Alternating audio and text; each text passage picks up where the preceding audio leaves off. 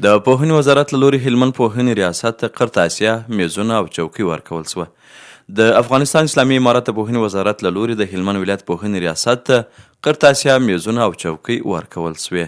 یو ځل بیا هم میر احمد دوست او بشپړه جزئیات. د یادو اجناسو په اړه د پوهنې وزارت د منابع او اداري امیر الحاج حافظ مولوي عبدالرازق حکیمي وویل چې موږ ته د پوهنې وزارت له لوري 600 میزونه او 600 چوکۍ را تسلیم شوي. همداراز نوموړي زیاته کړه موږ ته د پوهنې وزارت د اسلامي تعلیماتو معینیت له لوري 14,000 د تعلیماتي اسلامي کتابونه او د دینی مدارسو لپاره مطبوع قرطاسیه را رسېدلې چې دا کتابونه به د 9م صنف څخه تر 12م پورې زده کوونکو ته وویشل شي. د هلمند ولایت پوهنې الحاج مولوي محمد عوض انصاري په لارښوونه د منابع اداري امریت د امیر الحاج حافظ مولوي عبدالرازق حکیمي له لوري د یو شمیر جنوبي او شمالي ولسوالیو پوهنې امریتونو ته 12 عرادي نقلیه وسایط یعنی موټرسایکلونه په چارو کې د اسانتیاو او سهولتونو رامنځته کولو او د ښوونیزو ادارو په وخت ارزونې په موخه ورکول شوه. باید یادونه وشي چې د اسلامي امارت په بیا ځلې حاکمیت سره ټولو تعلیمي مرکزونو ته خاصه پاملرنه شوې ده ترڅو د ښوونیز بهیر وضعیت لا نور هم پیاوړی شي.